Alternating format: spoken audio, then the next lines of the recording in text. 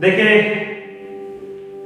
प्यारे अभ्यर्थियों जो सिविल सेवा की तैयारी कर रहे हैं, उनके लिए जो सिविल सेवा के संदर्भ में तमाम भ्रांतियां हैं, उनके संदर्भ में हम लोग बातें कर रहे हैं।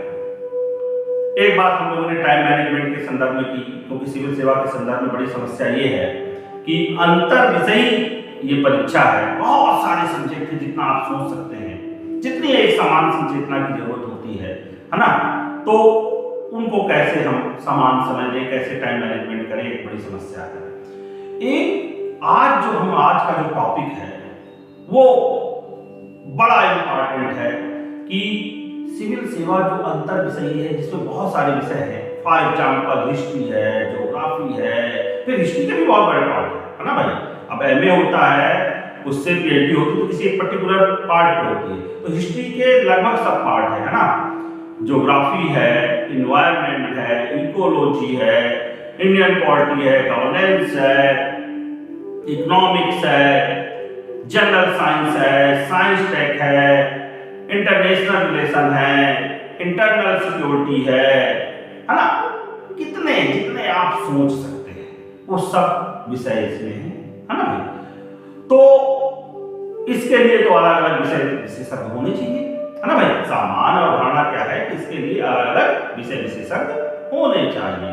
जब इतने सारे विषय हैं तो किसी पर्टिकुलर टीचर को सारे विषय तो नहीं आएंगे।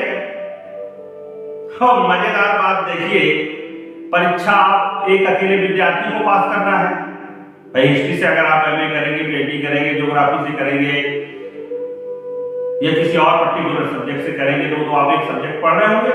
और यहाँ अगर आपको सिविल सेवा में सफल होना है तो लगभग सभी विषय पढ़ करके आपको ही, है ना, उन सभी विषयों को पढ़ के परीक्षा दे करके सफल होना है। तो कुल मिलाकर के सीधी सी बातचीत ये है कि ये जो भ्रांति है ना, ये आई कैसे कि सिविल सेवा के तमाम जो विषय हैं उसके लिए एक अलग अलग विषय विशेषज्ञ हो। ये कहां से भ्रांति उत्पन्न हो गई?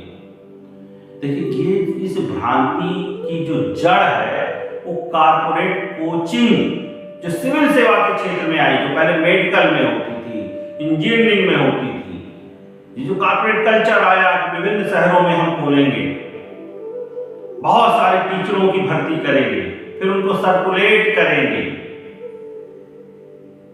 उस संदर्भ में किसी आपको सुविधा देने के लिए नहीं आया कि आपको हर विषय में हम एक विशेषज्ञ प्रोवाइड कर रहे हैं।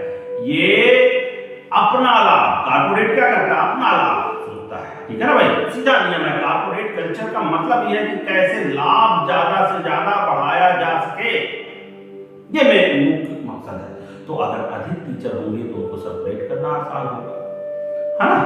कई जगह जो है आपको ज्यादा फीस देना आसान होगा, क्योंकि आपको तो ये बताया जाएगा ना कि भाई हम इतने विषय विशेषज्ञों के थ्रू आपको जो है कवर कराएंगे पूरा सिलेबस।